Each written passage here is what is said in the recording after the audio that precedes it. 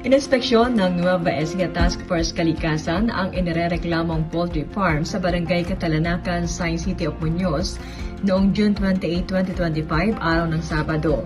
Ayon sa mga netizen, nagpadala ng kanilang reklamo sa pamagitan ng malasakit page, nagdudulot umano ng mabahong amoy at maraming langaw ang Mary Ann A. Farm na may isang building at farm capacity na 36,000. Agad naman itong pinuntahan ng Nueva Ecija Task Force Kalikasan sa pangunguna ng Provincial Veterinary Officer na si Dr. Jenny Aguirilla kasama ang mga representative ng mga tanggapan ng Provincial Health Office, ENRO, leaders of the PATE, City Sanitary Inspector, City Veterinarian at mga barangay officials ng Barangay Katalanakan. Sa nasabing inspeksyon ay wala ng fly infestation sa loob ng building dahil mga sisiw pa lamang ang kanilang mga manok.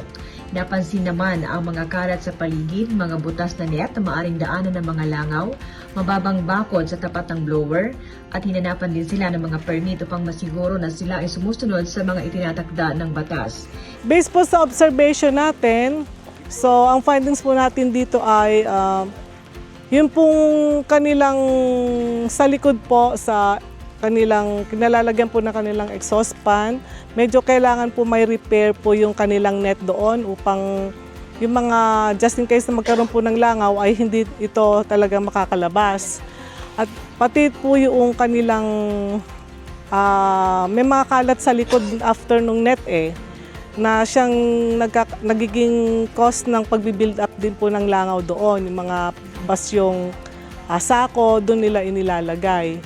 At napansin din po natin na yung kanilang septic tank ay parang medyo baka kailangan na po nila ng declogging ba tawag doon, pagtanggal po, siphoning.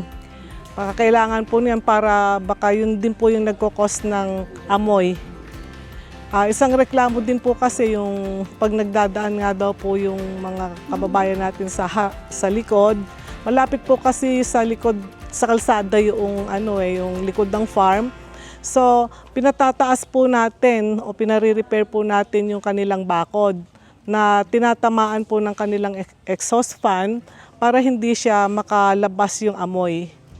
Para meron hong maghaharang dun sa amoy na nanggagaling sa farm. Binigyan naman ng rekomendasyon ni Dr. Jenny Aguirilla, Provincial Veterinary Officer, ang may-ari ng nasabing farm. Kailangan po ng close monitoring, talagang close na talagang pagsunod sa mga programa natin dun sa ating abatement program po, yung fly control program po. Tapos yung po ating paligid, kailangan po talaga na loob at labas, kailangan nag-spray din po tayo. Nag-spray naman? Opo, dito po. Kaya ngayon po, talagang kita mo na naglangaw pong nakaraang harvest ninyo, yung grow. Yung last grow nyo po, naglangaw talaga dahil ngayon pa lang dapat wala ang langaw ngayon doon po gawin, meron pong langaw. Kaya yun po yung ating findings. So, since may laman po, i-monitor po natin yan.